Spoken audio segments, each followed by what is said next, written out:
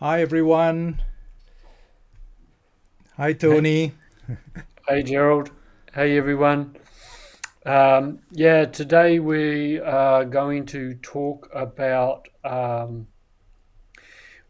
Well, we're going to talk about DAOs, but we're also going to talk about now DAO. A DAO is a decentralized autonomous organization, but I'm going to refer it strongly to the creation of cooperatives or a cooperation. So I call it a decentralized autonomous cooperation. Um, you know, so without further ado, I'm going to bring up my screen and share my slideshow which I've created, and just get that off there.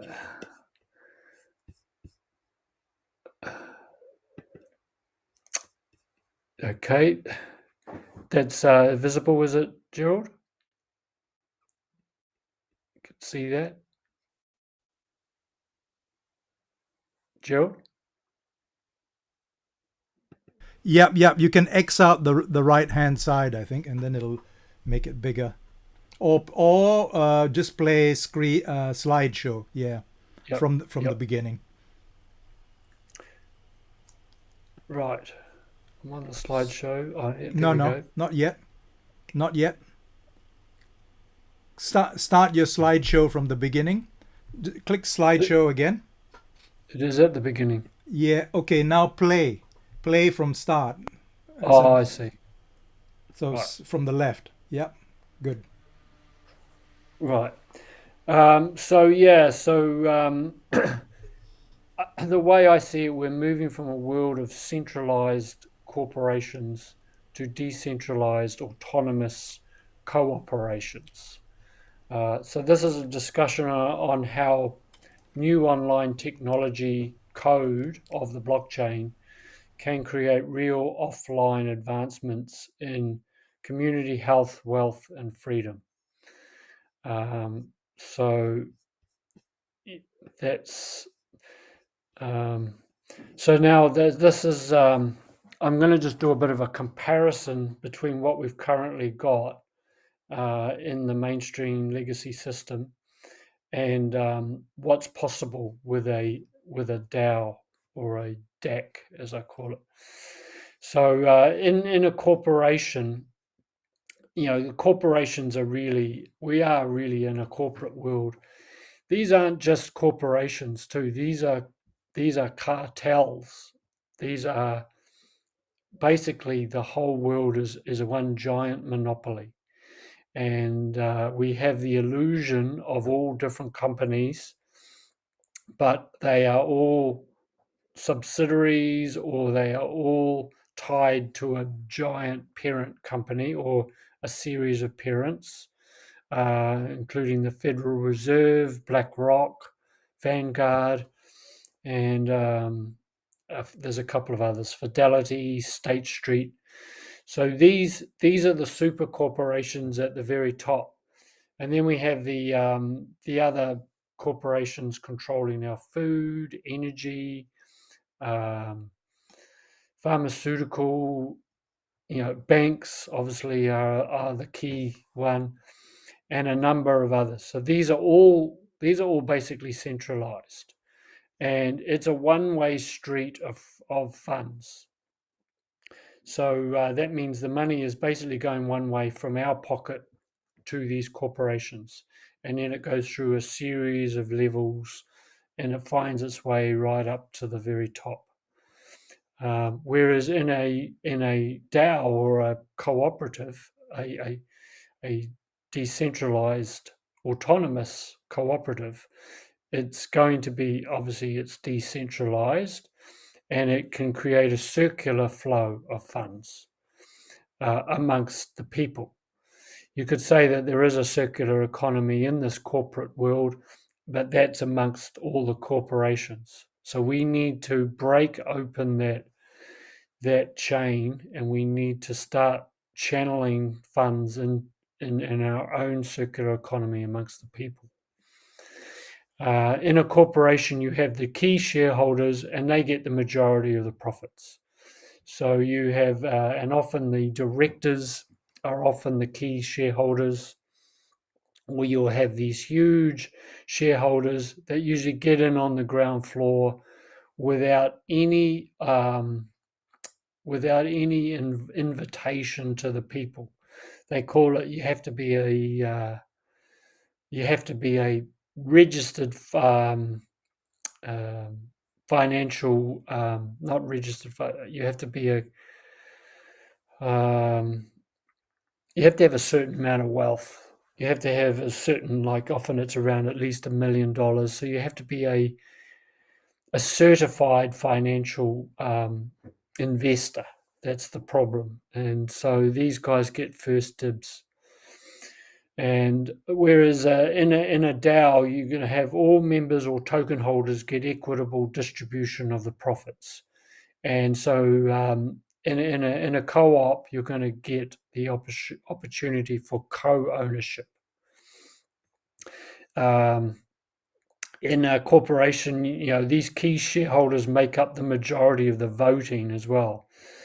Therefore, customers are totally dependent upon the shareholders. Whereas in a DAO, all members get one vote.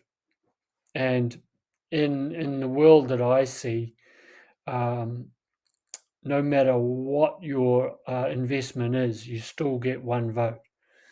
I know that a lot of the DAOs, they're still a little bit top heavy to the bigger investors.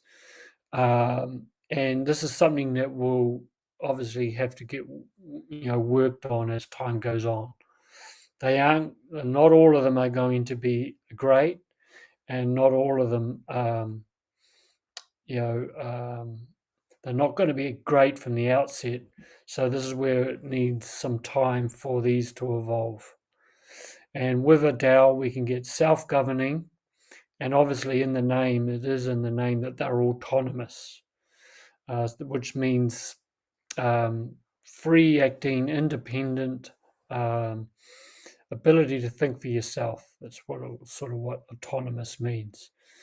And all customers can also be the investors as well. So we can invest on the ground floor, we can crowd invest these, and we can also be a customer or a consumer of the product as well as an investor.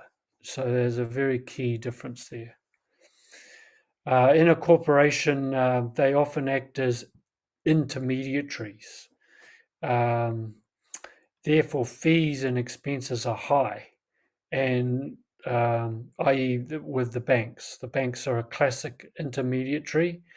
They are intermediating between us and corporations like the Federal Reserve. And I call the Federal Reserve is a corporation. It is not a government organization. And then you've got other top brass like the Bank of International Settlements, the IMF, these, and then big investment banks like JP Morgan and Goldman Sachs. These are also in America.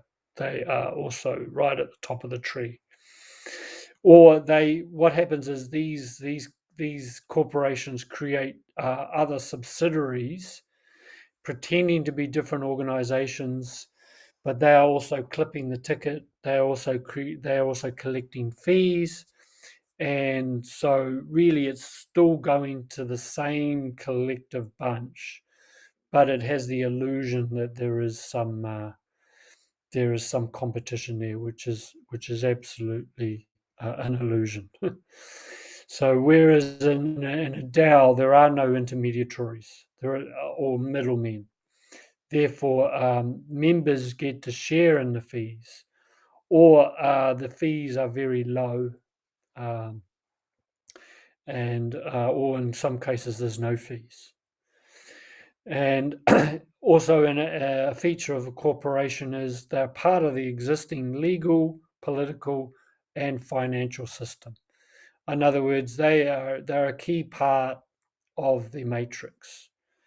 And whereas in a DAO, they are outside or parallel to the current system. And also with a corporation, the word corporation, the word corp comes from corpse, which obviously means a dead entity. However, the corporations now, through the legal system, have more power than a living being. And so it is a completely upside down, inverted situation. It's basically a dead entity, yet this dead entity has more power than us. And I might add too that,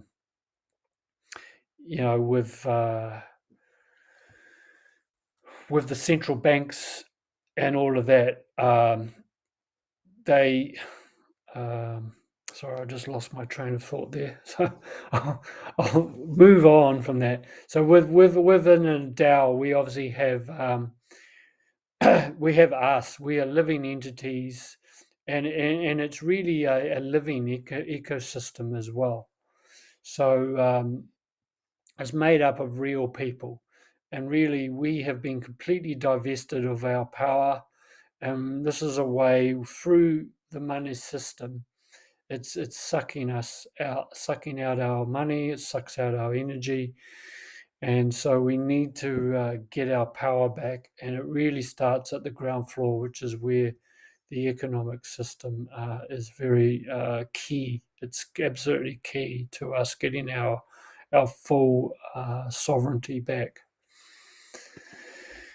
So within a cooperative, these are the key principles of a co-op. And a lot of these are very similar to or the same as a DAO, which I find is very interesting. So they're open and voluntary membership. However, within that membership, certain responsibilities must be met.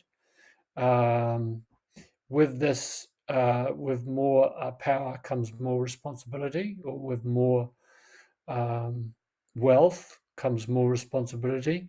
And in this new world that is opening up, we all have to step up. There is going to be more responsibilities.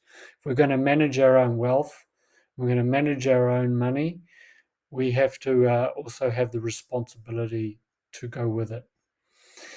Within a co-op, you have democratic member control. So it's a membership controlled system. And I put in there 1 member, 1 vote. So no matter how much how much you have invested into the co-op, everyone should have at least just 1 vote.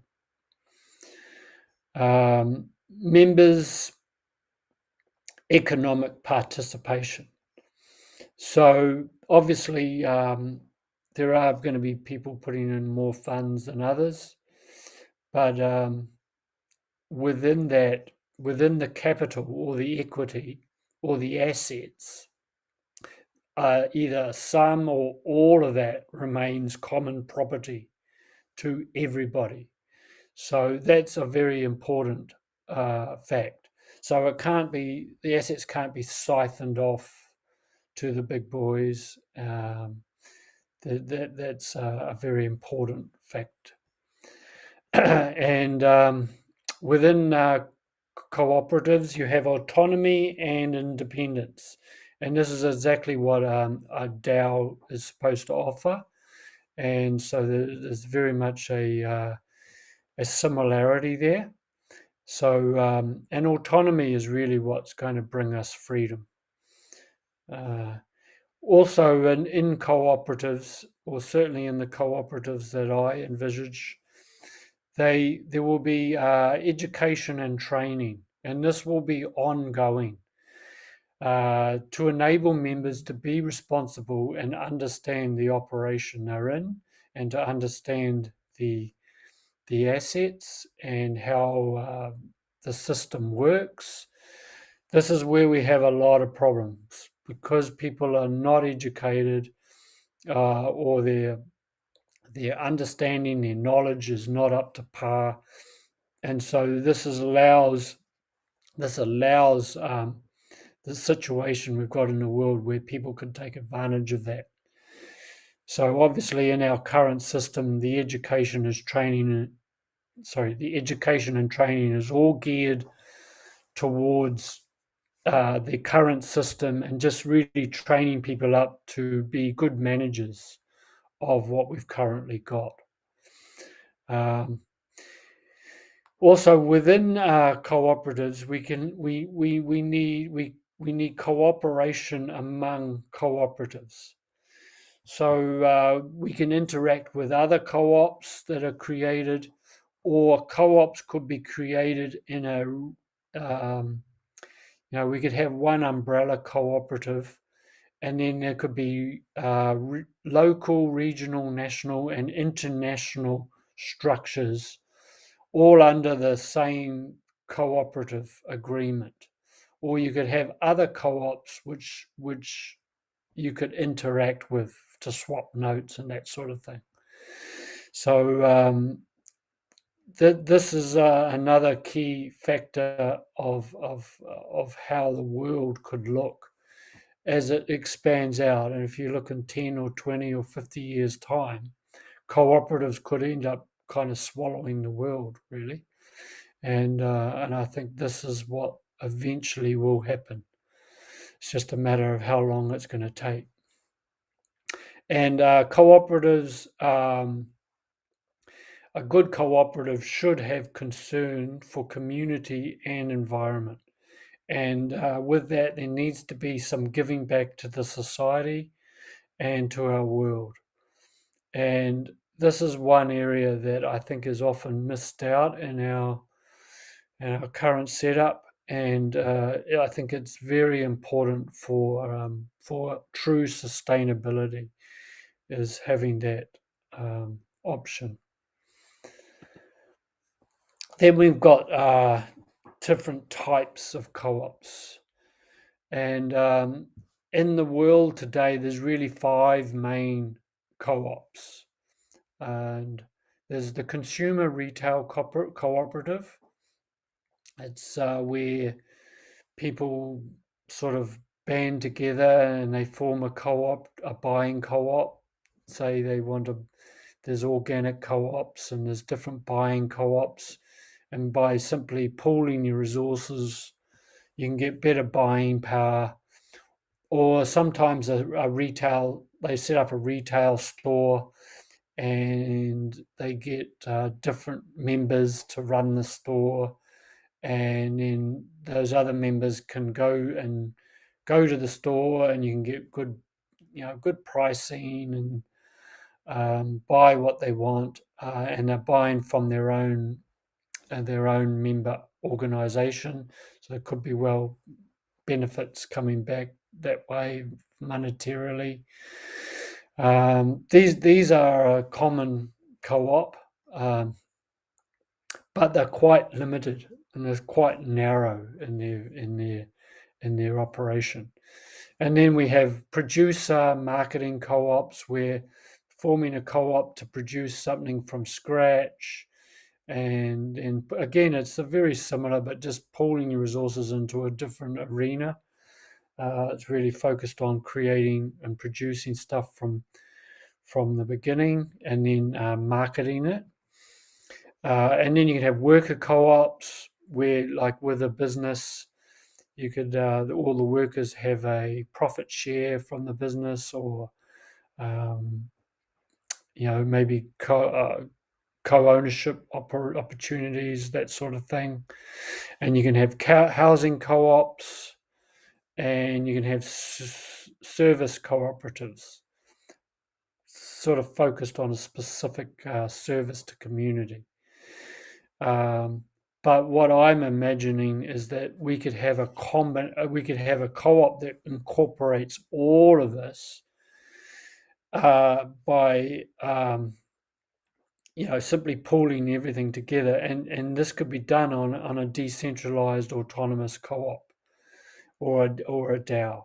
So the difference here is that it's based on the blockchain, uses a crypto token as the shareholding, and can encompass online or offline businesses or both, such as our EvoRich organization. And so therefore we get co-ownership of all the capital equity plus equitable cash flow payouts based upon token holding responsibilities and work. So there's a lot of other details that would need to be worked out here. I'm just sort of giving a bit of an overview.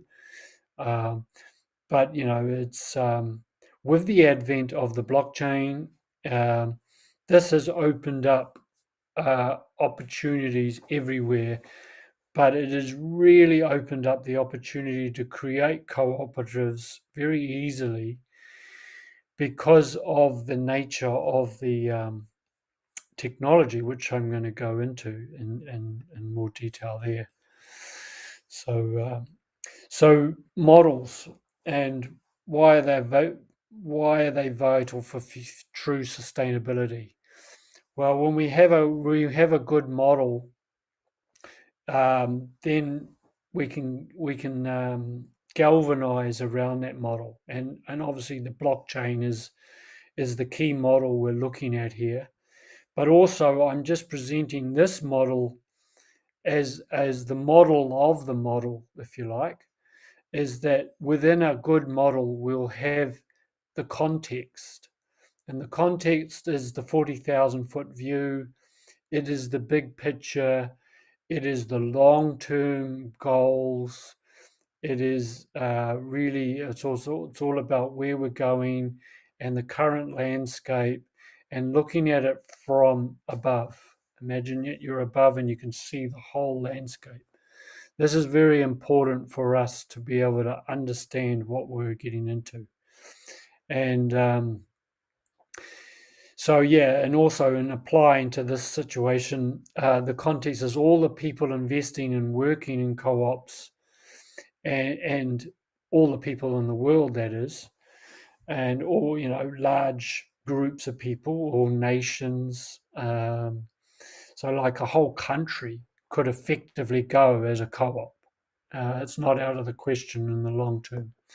And then we can create our own circular parallel or parallel economies within that. So that's like a big, massive viewpoint. This is the vision, is to imagine the whole world as a co-op, as the ultimate context. And it's definitely possible, because now that we've thought about it, and now that we have the technology that could sustain it, it's absolutely a ultimate goal that I think is worth aspiring for. Then within this model, we also have in the middle here the concept. So we have many different concepts or ideas. It's just ideas about what we can achieve as our mission. And I've just put one example here, that blockchain and DAX or DAOs can provide our energy and wealth freedom. So, it's absolutely possible, because with blockchain creating the ability of passive income through decentralization and providing passive income provides us with more energy to focus on what we really want to do. It's providing us more wealth, and therefore it's providing more freedom in the physical world, but it's ultimately going to translate into more freedom on every level, including the spiritual side of things. So there's many other concepts we could have. We could, like for instance, passive income is a concept we can get.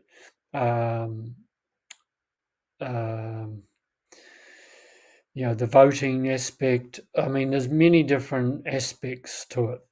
So, and then we have the content. So we can't create these big views and the big picture, and we can't really entertain these ideas unless we have the infrastructure and the technology to be able to support it. This is the foundation. Everything happens from a good quality foundation, and it will involve technology, and it involves good systems as well. And this is like, how are we going to achieve it? And this is also what we need to build in order to achieve it. So this is like the manifesto. This is the code. The code is the key content here. And just like the code in our bodies, our DNA, it's totally invisible, and we don't even think about how we even got here. We don't think about how our body and our mind works. It's sort of like hidden in plain sight. So we need to sort of contemplate the content. We need to understand how it's created. So then we know what the outcomes are likely to be when we test and measure this infrastructure, this technology. Then the proof will be in the pudding. We will know how good it is by its outcome and how it's serving the people. And so this is where we need to trial and measure things, and we need to maybe refine the technology. We can know that some things won't work, so we'll get too busy and keep refining it. And this is where the open source technology, or the open source nature of the blockchain, is a key way that we can do that. So so that's kind of just a little bit of an overview of this model. And then, so now we can go more into detail about this content and the protocols or the coding. And this is really where, this is the cause. This is where we're causing how the world is going to look like, how our business is going to look like, how our life is going to look like. And so really, we have a saying, the value is in the protocol. The value is in other words, it's in the code, and the blockchain, because the blockchain is the protocol. It's not in the price, or it's not in how the project appears, or the marketing. They can have slick marketing, and a project can have all the bells and whistles on the surface, but if it's not actually providing the value to the people, then it's just really just another illusion. So value is intrinsic, and it is self-evident over time. So but the inherent value is in something that we can't see, we can't touch, and so it doesn't get thought about. We're always focused on the surface.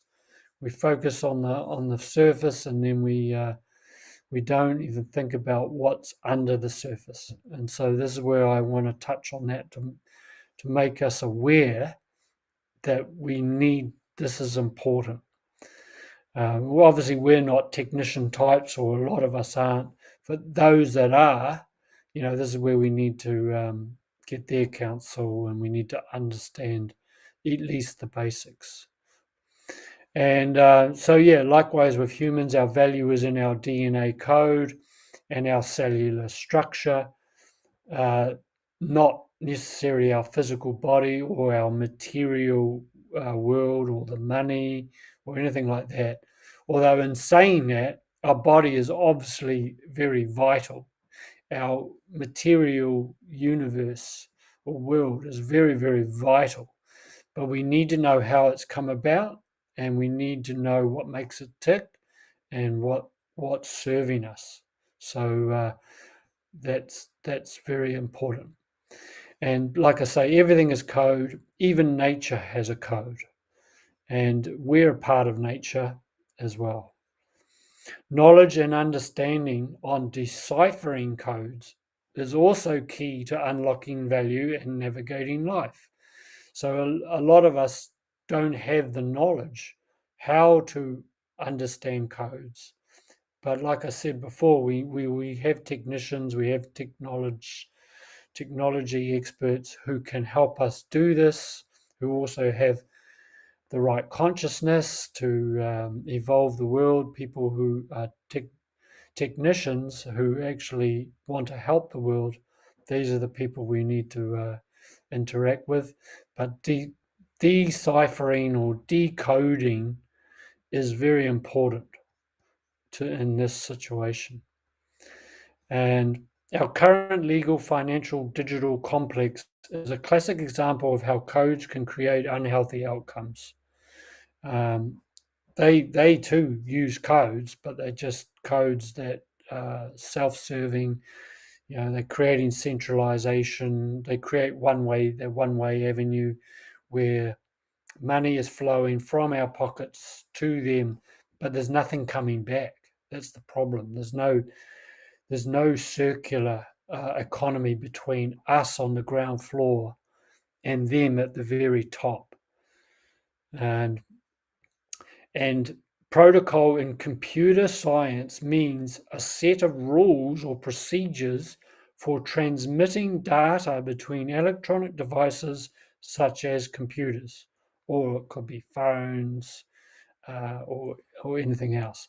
AI can be used in nefarious ways if programmed in such a way to be harmful, such as transmitting our data to the central command in a one-way system. Whereas now we have AI in the form of a smart contract, which is far more beneficial, and it creates a circular environment where money, say fees from a liquidity pool, come to us. It's divvied up, it's distributed amongst all the token holders, and then we might then redeposit some of those fees back into the token, and then it's creating a virtuous cycle. And so a good, well-coded smart contract is a perfect example of how AI, because it is basically AI, self-learning program, that can be used for benign, harmless ways and beneficial for us. And now when we're thinking about all of this blockchain, these codes, this is going to create tokenization and digitization of everything. Everything in the world is going to be tokenized and digitized, whether we like it or not. The ball is already rolling. The technology is already there. There's already enough people in the world that are desiring it. And now with the advent of Corona and all of that, the powers that be are going to make sure that they're going to roll it out. They're going to roll this digitization out as that's their solution. Now, we can't stop that. All we can do is try and harness the same technologies and the same energies that they're tapping into, and try and make sure that we make it for as beneficial for us as we possibly can. And this is where we need to wake up. This is where we need to wake up, and we need to get aware of the program. So within this tokenization and digitization, and certainly when it comes to co-ops and DAOs, security tokens are going to be very important, because it is a corporation of a type of a cooperation or a cooperative that is going to have the intention of making profit. Although that profit is going to be distributed amongst all the members, it's still a security because it's profit bearing, it's profit making. So this is something, I'm just sort of putting out a few bit brain dump here. It's just things that we're going to see, and we've got to think about. And so because of this tokenization and digitization, regulation will drive innovation. So that can be for harmful or harmless purposes. So we've obviously got to make it as beneficially innovative as possible. And I think we're seeing that hugely right now, especially with what the SEC is doing. It is driving people more and more to innovate for better systems. And in this, data protection is key. Data is the new oil. We've come through the industrial age and the information age, and these oil was once the who controlled the oil controlled the wealth, as the saying went. Then it was who controlled the information that controlled the wealth through the internet. Now it's who controls the data, our personal data included, that it has the wealth. We've seen that with Facebook and selling our data to the I think it was called Cambridge Analytics, and now we know that Google and Facebook and Twitter are selling our data to all those corporations, and those corporations are now selling stuff back to us because they know exactly what we're doing. So this is why we need data protection. It's paramount. And then out of this digitization, NFTs are going to have come out of this, and they're going to offer much more than just digital art. NFTs are the forerunner to tokenization of everything. The ultimate road to 100% token economy or tokenization of everything is really starting with NFTs. And it is also, with the obviously creation of a crypto token and decentralization, it's really happening at lightning speed now. And when I say token, a token in its meaning, the word token, we used to say, oh, this is a token of my appreciation. So a token is a symbol of it's another way of saying money. If I'm giving you a token of my appreciation, then you're giving an exchange of energy, and that can be appreciation, not depreciation or inflation. We don't say, "Oh, I'm giving you a token of my inflation or my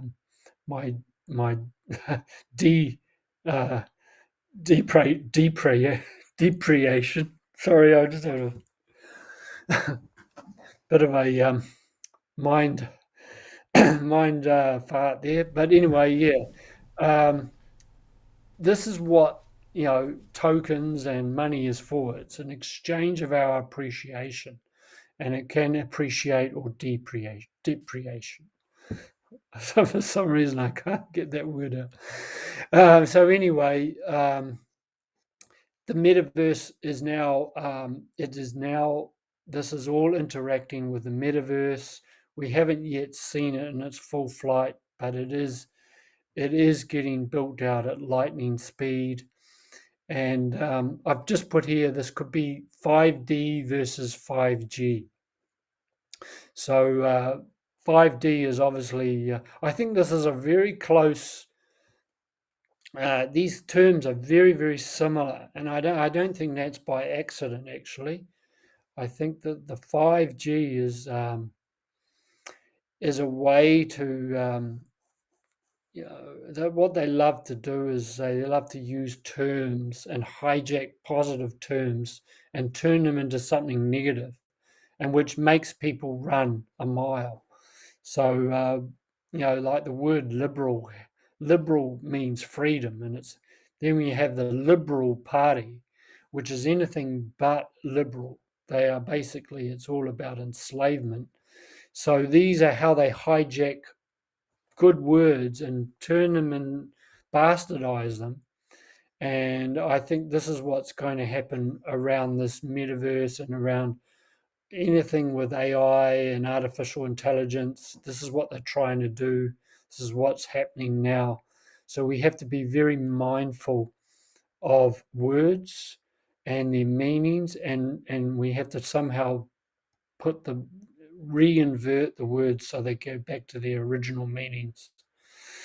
So what's happening here? A new digital economy is coming, whether we like it or not. It's up to us to ensure it doesn't become another parasitic system, which is exactly what the system we've got now. It really is a parasite. And it's important to stay grounded in physical, natural reality while we're navigating this digital world and not get lost in superficial, artificially fake worlds. So, whereas I love the advent of this technology, it's not the be all and end all. We need to have a life outside of this digital world. We need to interact with nature, and then we can seamlessly move in and out without it sucking our energy. I think that's really important. So now I'm going to go more into more detail around the concept of creating freedom using decentralization and DAOs and the blockchain. So yeah, we've got this term DAO, which is a really cool thing, or as I call it, a DAC, a decentralized autonomous cooperative. But I think we're going to see lots of other aspects of it, like a DAG. We could have a decentralized autonomous government or governing body. We could have a decentralized autonomous society. There's another way, and we could even have decentralized autonomous, sports, if you like, a membership to a sports group, or a local community. Anything could become decentralized and autonomous. Those are the two key words, and then we could add on the end of it whatever we like. But this is not out of the question that our governments, not only could they be greatly reduced in size because of this autonomous technology, but they themselves get swallowed up, and then it means a whole lot less of these people who don't know anything about how to run a government, let alone a company. We just need to reduce the government. We need to get it so that we can trust it again. And this is what DAOs ultimately are about. They can be, if you trust the code, once it's proven, you can trust the code, and we don't have to trust people again. And which enables, so I think will create the irony is that then we can truly start trusting people again out of this, because it frees our mind up. We don't have to second guess ourselves anymore. So a new system based on superior software coding that is trusted and predictable to allow you to get on with what is important in your life. It's basically what I'm trying to say in a nutshell. And decentralization can mean the following: being your own banker, no middlemen, distributed wealth amongst everybody, passive incomes, low, no, or distributed fees, crowd investing opportunities on startups, and much, much more. And autonomous means self-governing, self-regulating, self-responsibility to create and think for oneself, exercising discernment and awakening to freedom. Body, mind, and soul autonomy, critical thinking and empathetic feeling. Independence leads to interdependence. And that's where we need to go as a world. And cooperation, cooperative, or co-creative because I see them all very interrelated, means the whole is greater than the sum of the parts. However, each part, being each like us individuals, or the technology, the code, if you like, must evolve in consciousness to realize this. We are strongest when we are united. However, unity with one's own inner self is the only way through, and we must go through, not around. We can, with this current situation, we have to go through, and we cannot circumnavigate what's currently happening in the world. And the best way to do that is to go within ourselves. So the cooperation will lead to the majority rule. It just takes time. The technology, not sure what I've made a spelling mistake here, but the technology of blockchain has enabled this possibility because it frees one's mind, wealth, and time to focus on your true purpose, building community through communication. It's very interesting that the words community community has the word unity in it, and it's very similar to communication. So that's what is key, and I'm going to go into that in the next slide. And I put here also entrepreneurship, or what I call ecopreneurship, creating business vehicles for self-sustainability, true sustainability, not basically what the UN is promoting. And here, this word symbiosis or symbiotic, this is a very important thing. This is what happens in nature, symbiosis. And the opposite I call parasitism. So the current world and system is like a parasite. It's, in other words, feeding off us. It is feeding off our energy. It's feeding off our money. It's feeding off our feelings. It is a system that feeds off even off our angers and our fear and all of that. This is what keeps it alive. And parasitism is when one organism lives off another at the other's expense. Exactly what's happening now.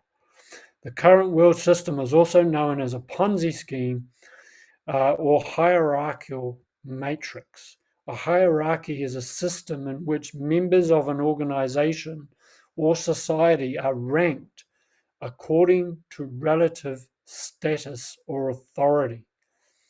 Now, I'd say there is a type of hierarchy that exists in nature, but it is a self-promoting hierarchy. It is a consciousness promoting hierarchy. Now, that is a totally different type of hierarchy. So I just wanted to make that point. This is a man-made authority according to your status or authority. In other words, how much power and money you have and things like that. So there is definitely a distinction to be made there. And nature exhibits symbiosis or a symbiotic relationship, an interaction between different organisms living in close physical association to the benefit of each and all. We are nature. However, when we are not conscious of our innate natural reality, we can succumb to things like parasitism. So, I just thought that was important. The natural aspect is another aspect of foundation as well. So then we come to the context, and our context could be a new economic and social evolution into a new world of freedom. This is the big picture thinking that I am entertaining here. And freedom is our birthright. Free your mind. As I said in the Matrix, free your mind. But I also say free your energy time, and wealth. We need to free all of these things to truly be sovereign, working together for the greater good. Sovereign means to be aware of who you are and your purpose as well. This is very important. Building ecosystems is the new way, not just a system, but an ecosystem. In other words, an economy is based on nature. In other words, systems that are based upon nature's principles and laws. Nature's law, nature's principles, universal laws. We cannot leave this out of the equation. Evolution and organic growth is the path. A well-functioning society is one in which everyone is able to flourish in health, wealth, and soulful joy. Consciousness and conscious creation is the key. And on that note, I call these the three key C's, from freedom to freedom. So what I call freedom is my version of the Trinity, and I will mention this a lot. I can make many different trinities. This is just one that sprung to my mind that's very relevant to what we're talking about here. But we have so many different trinities that could be valuable for us. You can make up your own, or what's important to you and your values. This is three key ones that I thought was important for this particular topic we're talking about here. And this is where I bring in communication. Communication to me means to come into unity as a group, as a whole, as a society. And we can do that through code. Code is a type of communication. Words are obviously communication, and they could be written or spoken. And when I put here written in the form of things like smart contracts, like any contract, but the ultimate form of communication is spoken. Just like in the ancestral lineages, the older generations would always speak the truths to the younger ones. The truths of the ancestral lineage would always be spoken, and then they said that then it could be unbroken and no one could subvert it. So I thought that was a really interesting thought. Also, communication can be via thoughts, feelings, and even in action as well. It says actions speak louder than words. And with community, we need autonomy. We need autonomy in the community. And that's where the autonomous aspect comes in.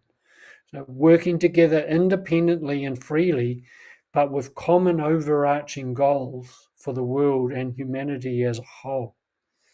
So we're not just working as independent units and to hell with everyone else. This is where we've got to be interdependent, not codependent. And then conscious co-creation. I put these two together because to me, consciousness brings creation or creativity. But it's co-creation because we're co-creating with each other, and we're ultimately co-creating with the divine intelligence or spirit as well. So this is where encompasses our spirituality, mindset, truth, action, freedom, love, and creativity. These are all key aspects of consciousness. Natural laws and principles, absolutely important, as I've already mentioned. This is where science and spirituality meet. I think science and spirituality have been divided, but ultimately they will come together. And we need to work and create with a purpose and embodiment of the elements and imagination. This embodiment is very important. We can't just speak the truths. We can't just write the truths. We can't just talk about freedom. We can't just talk about consciousness. We've got to actually embody it. And this is where the rubber really hits the road. And I'm going to write an article about this embodiment aspect. So, embodiment of the elements. What do I mean by that? Well, we need to embody these. I'm talking about elements here interspersed, but we can think about lots of different elements. The mind is an element, the heart is an element, but ether is an element, fire is an element, water, earth, and air. These are the prime elements. And out of those come other elements, like I said, like mind and feeling, the elements of feeling, if you like, or heart. The elements, these are the key fundamentals that make up our whole entire life. And I say here, and imagination as well. We have to imagine the world that we want. Imagine means imagination. If you break up the words, imagine means to image something. And if we imagine it collectively, we can create the nation that we really most aspire to. That's the collective community. So to sort of wrap this up, in the post-COVID world, why is it driving people into, I'll put potentially a better system, world, and paradigm? Because it is now because we are under a lot of pressure. This is when human beings operate probably at their best. And certainly there's a lot of angst in the world, but eventually under pressure comes creation and creative ability. We humans are ultimately creative. Artificial intelligence is not creative. The key psychopaths that are at the very top of this world, they are not creative.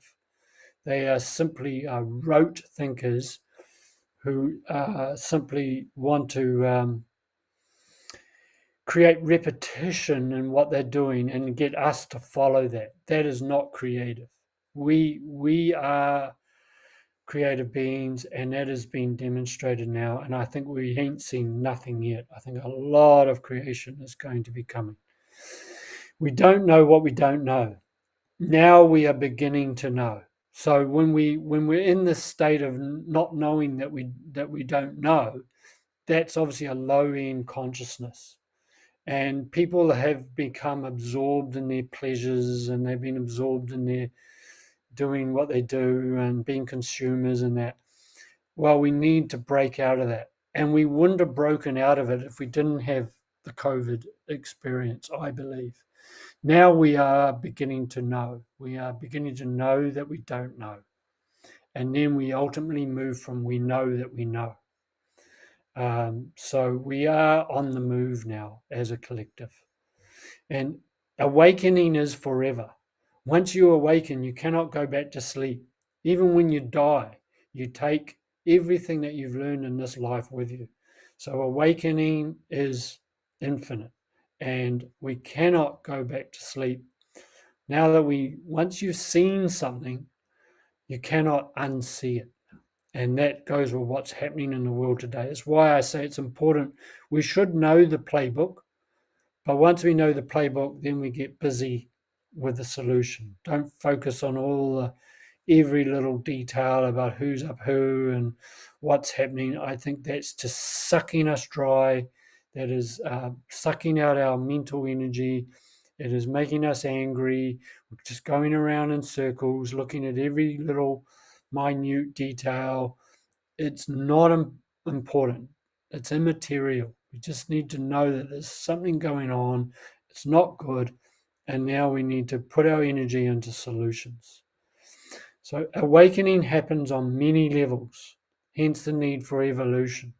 So we awaken on the spiritual level or the material level, but we've got to keep awakening on our mental, emotional, and ultimately spiritual levels. So, and this will never stop. It will go on forever. History is being enacted and rewritten. I think it's really important to realize that we are in the most incredible pivotal times and probably in Earth's history, actually. And it is literally being played out now. We'll look back in 1,000 years' time and they will write about these times now. And it is being rewritten because history, or the story that we've been given about history, is completely false. And it is another way that they've entrapped us in the matrix. And we need to rewrite it. And it is being rewritten. The truth is coming out. And as we get to know our history, then we can truly know who we are, because we are master creators and we're incredibly powerful beings when we enact our spirit. It's just that we haven't yet done that. But with the pressure that's coming, there's going to be some incredible people that are going to do some incredible things. So labels and false identities are falling away. This unleashes our authentic selves and spiritual fire and energy. We have just so identified with labels, our name, what we do, our work, and all these false labels, false identities all over the place. That has just got to start falling away, and we've got to start putting more attention into what's creating us, not the surface. Comfort is easy, and we won't give it up easy. So this is why, and again, why we need the pressures, why we need to have some uncomfortable times now to make us shift in our perception and our out view of the world. The system is crumbling because the controllers themselves are crashing it. At least partly they are, because they need to crash it so that they can move us into their new system. However, this transition that we're going is an extremely dangerous time for them, as well as it is for us. So this is, as Klaus Schwab said, there's a narrow window of opportunity, but they're going to see it's only a narrow window, and it's only a narrow window for us as well. So, but it's in this transitional time when true opportunity can come, but also it is also very dangerous. So, however, it is in full swing now. So another thing that's playing out is what they call complexity and game theory. Complexity theory says that when a system gets to a certain level of complexity, that means that like one little tiny thing could happen that is very unexpected, that could literally implode the whole shebang. The whole matrix could come down very, very quickly when one seemingly random thing happens. But because the system is so complex and it's so interrelated to everything else, this tiny thing could end up being an massive crash. So this also is something that is playing out now. And game theory as well. Game theory is that, it's like the art of war. The game theory is that when people are warring against each other, they're going to push people into a corner, and it's like it's also been likened to 5D chess, and eventually the game will play out till there's only one move left, and then it's game over. So this is also game theory is played out a lot, and this is why they do simulations on us and all this.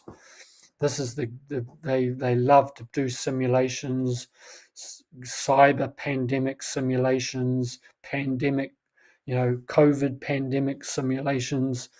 This is all part of their game theory being played out on us without us even being aware.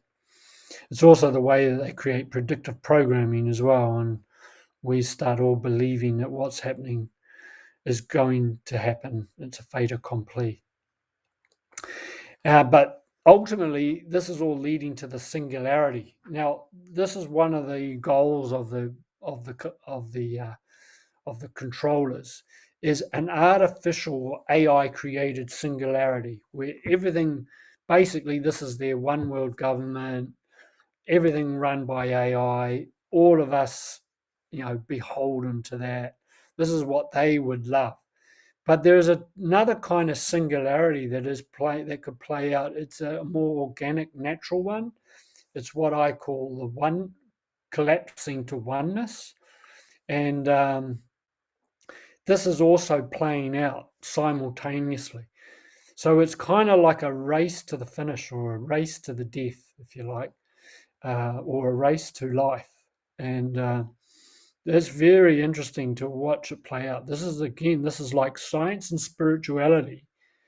The artificial AI is the science, if you like, and the natural oneness that we all would desire is also is like the spirituality.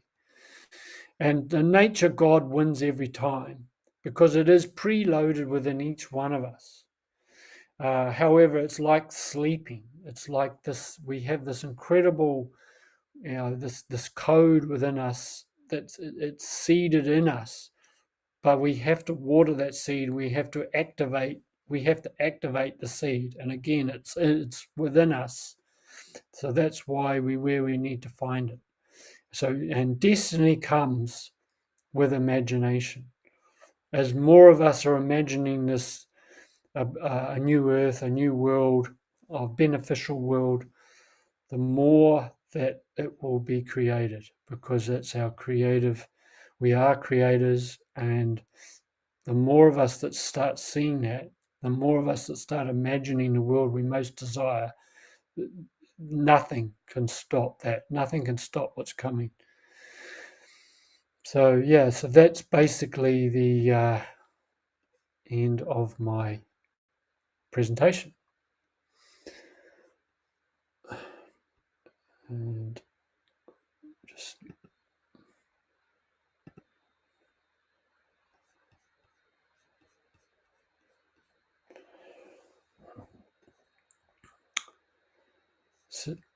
so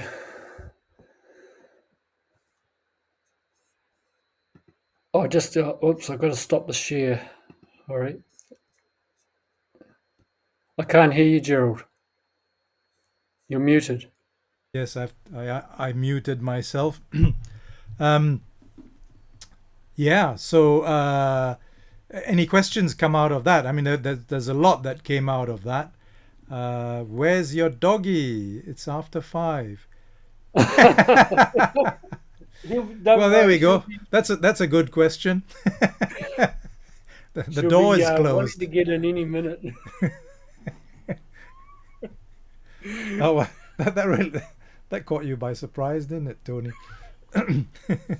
There's a massive amount there. I mean, that it actually took quite a lot of brain. I actually found that quite difficult to present in some parts because my mind was going on a bit of overload in some Yeah. areas. Yeah. And but and actually I've got a bit of a headache. But that's this is the big. This is a huge amount of stuff that's going on in the world, and so I'm trying to capture as much of it I can. But we need to sort of all work on our own thing. We're all little cogs in the wheel. We each do our little bit.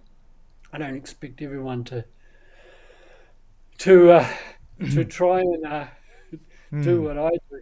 Yeah. But it's just something that I've always thought about the big picture and joining up all the big dots for so many years, and I've become a generalist. That's sort of one of my things, is to look at the overview. I'm not particularly good at technology. I'm not good at details. So that's that's where I'll leave that up to others. Yeah. I, Well, I'm just well, folks, we talked about code and things like that and how to get started. Well, actually, it's already started. So people are already creating DAOs, people are already creating organizations, and in fact, they've already created the modules in which you can put together DAOs.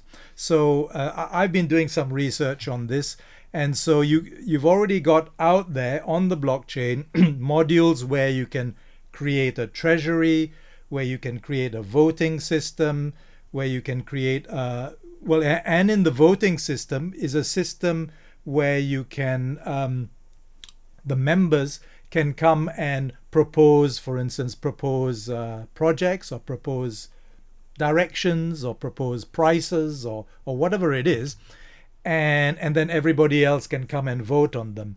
So it's a matter of bringing together these modules into under an umbrella, right? And so the important thing about that, the main thing is to really decide on, well, what is your mission? What is the mission of this organization, this DAO or this DAC? And of course, there is always a human element, right? The code only enacts certain parts of it, the automatic parts. There will always be the human element which has to create ideas and projects, that has to bring. Oh, here comes the dog, and bring their own opinions of whether they think it's right or wrong, or at least create discussions around where they think things could go. So say hello to the people. Hiya. So it doesn't mean that because we are going into code that it's all just going to be completely coded and humans don't need to do anything, right? So it's a way of making it more distributed and more autonomous and more equal. And I think that's what the code is offering us. We have to, of course, come in with our view of the world, with our intentions, with how we want a particular. How do we vote for a different PM? Well, we have to create a government DAO or a DAG, right? And some people might say, well, might have already a DAG, but I won't say anything about that. But So basically, I think there are some states or some councils in the US anyway that have looked into creating DAOs. So a council DAO, for instance, for particular projects. It wouldn't be for the whole council, but they would start it off for a particular sector or particular project. So I think this is something that we could start experimenting with ourselves and build up our experience and knowledge around it and see how it works, and then it can be scaled larger and larger to different corporations. And if we then develop experience in how a DAO works, we can actually take it along to our favorite organization and say, hey, look, this is what we've been doing. Yes, we are thinking of doing that with DeFi Freedom. Not our own blockchain, but definitely it could be our own token and our own DAO, definitely. And then you take your experience of maybe the DeFi Freedom DAO and take it to your favorite charity or your favorite or your local council or whatever it is, and say, look, now this is how this has been working. Would you like to try this out on a particular project? And and this is how it's going to grow. And maybe finally it will grow to the point where people see that, this is possibly the best way forward and the most equitable and effective way. And also, as I said, in a DAO, you've got modules which create a treasury, and that treasury is then connected to a token. And so then we say DeFi Freedom, you would issue the tokens and the members would buy the tokens. Or we would think of a way, well, if you're already a premium member, then you get so many tokens, and then free members can say, well, yeah, I think I'll buy some tokens. And then we sort of get into it that way, and the treasury would belong to all of us. It's not, doesn't belong to anyone. And then you can use that treasury maybe to invest in particular projects, or to fund particular projects, or to just self-fund DeFi Freedom. So the blocks are in place.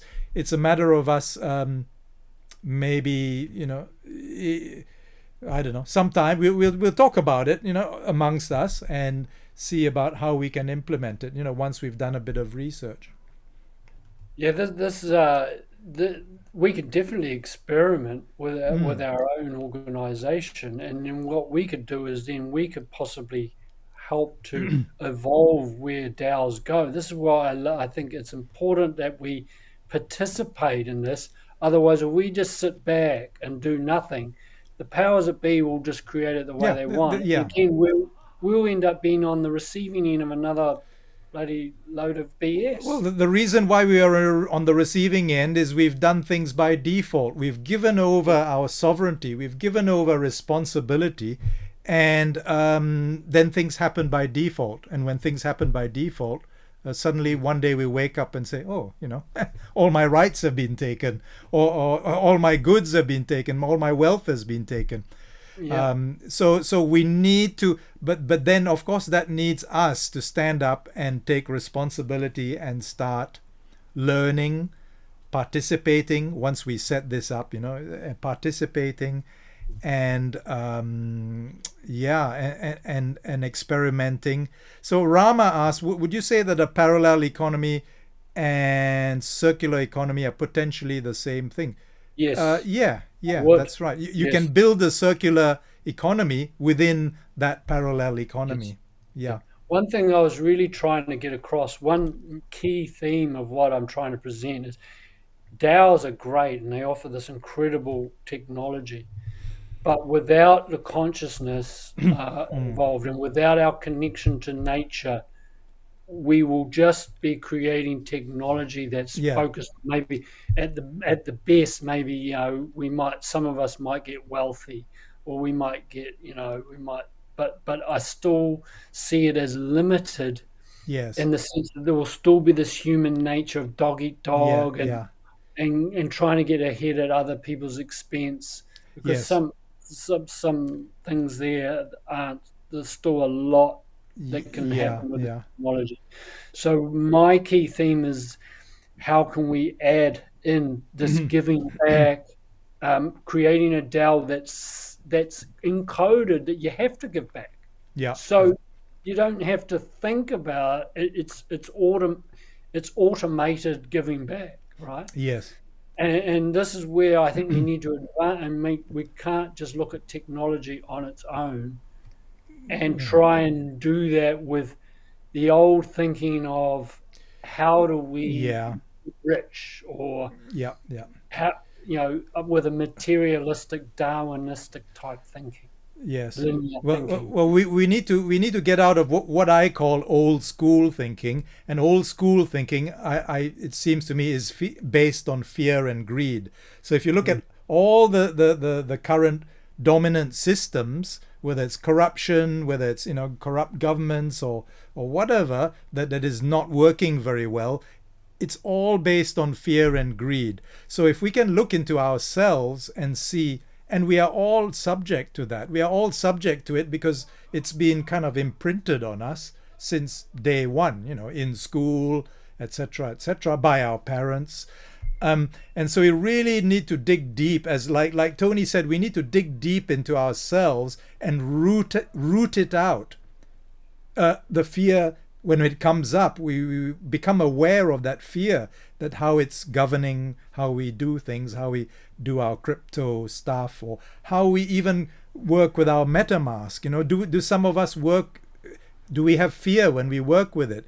Where is that fear coming from? So it's a really good working with crypto is really a great opportunity to bring up that fear and look at it and be aware of it. Same thing with the greed. I know we don't want to be greedy, but sometimes we make decisions based on greed. Sometimes we hang on to particular cryptos because we think, oh, it's gonna go up a little bit more. It's gonna go up a little bit more, and we lose our strategic thinking, and then we get caught out by that. And that's what the whole market cycle is based on: fear and greed. So if we can pull ourselves back from that, then we become smart investors. We invest by researching, by observing the fear and greed, and then we kind of work with that to our benefit. So same thing, same thing with a DAO, like Tony says. What we see quite often with some cooperatives or some eco villages, for instance, is the whole idea is really great, communal living, and then at some point some kind of primitive fear and greed comes up and wrecks the system. So I think evolution of ourselves becomes really important if we are going to take sovereignty and work cooperatively. Yeah. Yeah, I appreciate all the complimentary comments. Yeah. You, Fenner and Carolyn, for your. I'm glad you like the presentation. It's really cool, and thanks for being here. I mean, it's awesome. And Yeah. Namoha, thank you. Yeah, where did I get all the information? 30 years of life. Yeah. I've lived life by the seat of my pants. I've experienced a lot of things. I've literally, I have traveled the world, delving into ancestral things. And, I've been self-employed for 30 years. That makes you sort of, quite creative. And, I guess, I've always been a bit unusual in that I've tended to go against the grain. I was never easily controlled or conditioned, even as a kid. And so, I guess I'm lucky. Maybe the God gave me a good genes or something. Yeah. But it's it's an interesting time that we are in the world. That's for sure. And really, this is all possibility. This is what quantum mechanics, quantum physics is. It's about everything is possible, and we collapse the idea of collapsing a waveform into matter. This is what we're doing. When there's enough of us, we can collapse this current reality into something far better. If enough of us are imagining the world, not just imagining it in thoughts, but actually feeling it. Embodiment to me is key. When I talked about embodiment, I had a really strong sort of bodily reaction, actually. I really felt what I was actually writing when I put this presentation together. It's almost like also I get a lot of help now when I sit down to do a presentation or write. It just boom, it all just comes out in a flood. I can barely keep up with the writing because I'm thinking of so many things at once.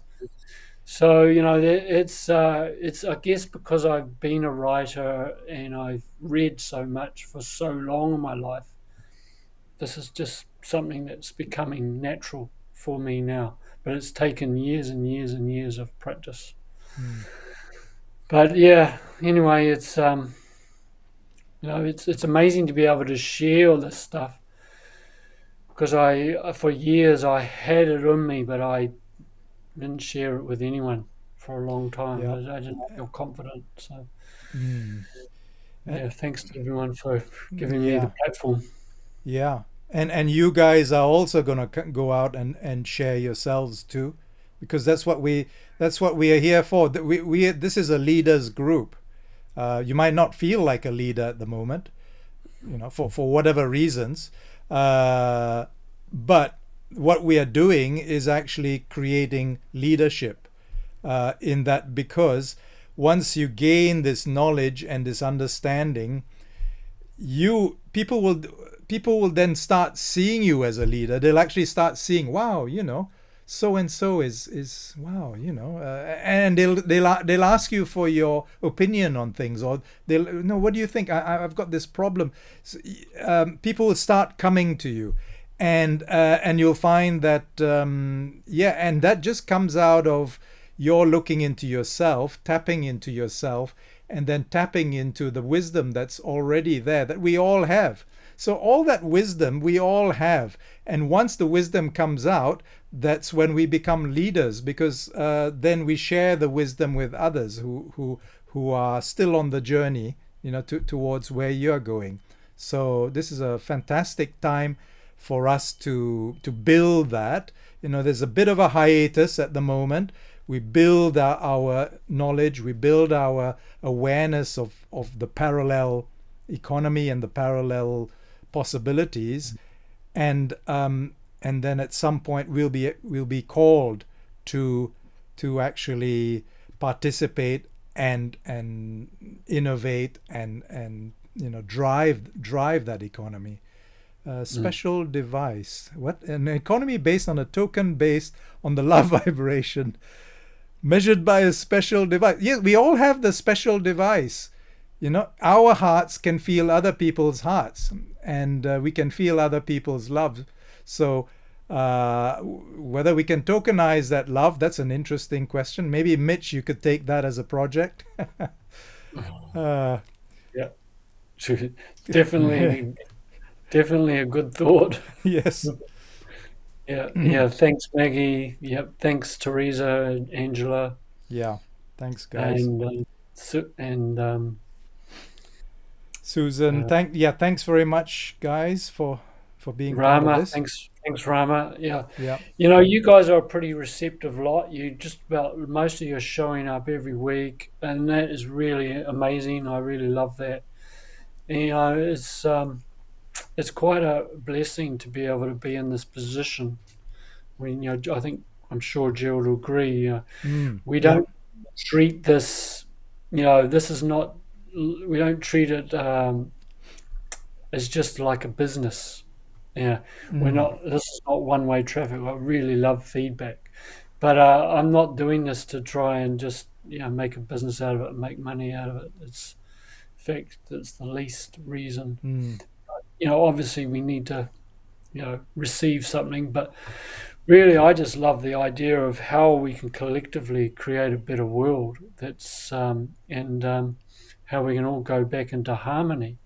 It makes me sad to see so many people walking around looking so fearful and angry and lost. There's so many lost people out there, and I just like, what can you do with them? Yeah. It's hard until they're ready. Yeah, To hear what you've got to say. They're going to stay that way. But I think that's where we work on lifting our energy, and then when we lift that energy, people will then start feeling it, and we can actually start offering it to others, and they can feel it, and that lifts their energy as well. And that's the way that's kind of some people who are called charismatic. Of course, some people can be charismatic in a negative way, but I'm talking about where you have it's not really charisma, it's like a inspirational person, and when they walk into a room, people already feel uplifted. And that's what we can do to help those people who are suffering because they think they're alone, they think that the sky is falling on their head, and they are not aware of the alternatives. So I think this is the powerful thing, is what we are sharing with you, is there is an alternative way, and a very powerful alternative way. So AA Metatron is on your shoulder. Okay. Okay. Well, I actually have Metatron's cube actually, and Oh, okay. yeah, it was an incredible painting, a hand painted, and I love it. Even our little granddaughter, we showed her Metatron's cube, and she couldn't take her eyes off it, and she was laughed, just broke out in giggles at the sacred geometry. So it's pretty amazing. Mm. Yeah. Cool. Anyways, Okay. thanks for coming. It's been an hour and a half. I know that was quite a long presentation by me today. I didn't realize it was going to go quite that long, but I had to get it out. Yeah, yeah. Well, thanks, Tony. That was great. And yeah, I'm sure. Well, from the response, I think people really resonated with that and took something from it. Different Mm. parts of it, and hopefully, yeah, hopefully Yeah. that'll help you guys. Cool. Yeah. Well, Awesome. All right. have a Well, have a great fantastic long, weekend. yeah, Yeah. have a great long weekend. Oh, And yeah. True. Are we having a premium webinar on Monday, or are we? What's yeah, we happening could. to it? For Okay. us, I think we should still do it. Yeah. Yeah. Okay. So we're going to do that. We've got the premium webinar, and after that, we've got the study group. So for the premium members, you in the study. So we'll have a presentation, and then after that, you'll be able to come together in a private Zoom, which won't be recorded. So you can share whatever you like. You can share your wallets or whatever, and then we can actually go through your problems, or whoever's got problems or issues around their processes or anything whatsoever. It's just an open study group. And yeah, so that'll be on Monday. Wednesday, we'll tell you what we're going to do. I think we have to think about it, and then we'll let you know over the weekend. So have a great weekend, and talk to you guys soon. Thanks all. Thank you. Bye. Nice to see you. Bye. Hi, Tahira.